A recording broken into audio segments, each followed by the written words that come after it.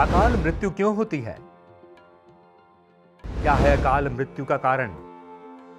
अकाल मृत्यु के बाद आत्मा का क्या होता है? दोस्तों, क्या आप जानते हैं कि अकाल मृत्यु क्यों होती है और इसके बाद उसकी आत्मा का क्या होता है? धरती पर जिस प्राणी ने जन्म लिया है उसकी मौत तय है। ये एक ऐसा सच है जिसे बदला नहीं जा सकता। हम सभी जानते हैं कि पृथ्वीलोक में प्राणियों की संख्या इतनी है कि हर दिन किसी न किसी की मृत्यु होती रहती है। जाहिर सी बात है कि हर मनुष्य को मोक्ष प्राप्त नहीं होता। इसमें से कुछ ऐसे भी होते हैं जिनकी आत्मा सदियों तक पृथ्वीलोक में रह जाती है। इसका कारण है कि उनकी अकाल मृत्यु हो जाती है। आपने कई बार देखा होगा कि आए दिन लोग सड़क दुर्घटना या किसी आपदा का शिकार हो जाते हैं और अपनी जान गंवा बैठते हैं। ऐसी मौतों को धर्म शास्त्रों में अकाल मृत्यु कहा गया है। अकाल मृत्यु वो स्थिति है जब शरीर तो नष्ट हो जाता है लेकिन आत्मा संसार में ही बनी रहती है। लेकिन सवाल ये उठता है कि आखिर ऐसा क्यों होता है?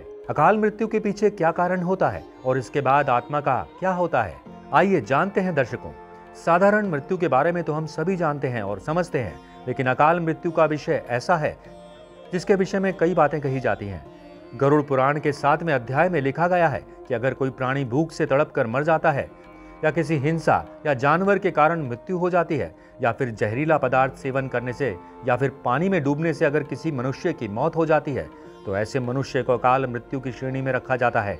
गरुड़ पुराण में विष्णु जी के वाहन गरुड़ राज ने श्रीहरि से यह प्रश्न पूछा था कि जब वेदों में मनुष्य की उम्र 100 साल निश्चित की गई है तो उसकी अकाल मृत्यु क्यों हो जाती है? इस सवाल के उत्तर में श्रीहरि तर्क देते हैं कि यह सच है कि वेदों में मनुष्य की उम्र 100 साल निर्धारित की गई है, परंतु इसमें दुष्कर्म को नहीं मिलाया गया है। यानी हर इंसान की मृत्यु तभी होती है जब उसके पास धर्म कार्यों के लिए शक्ति नहीं होती या फिर उसका शरीर उसे धर्म कार्य करने की इजाजत नहीं देता।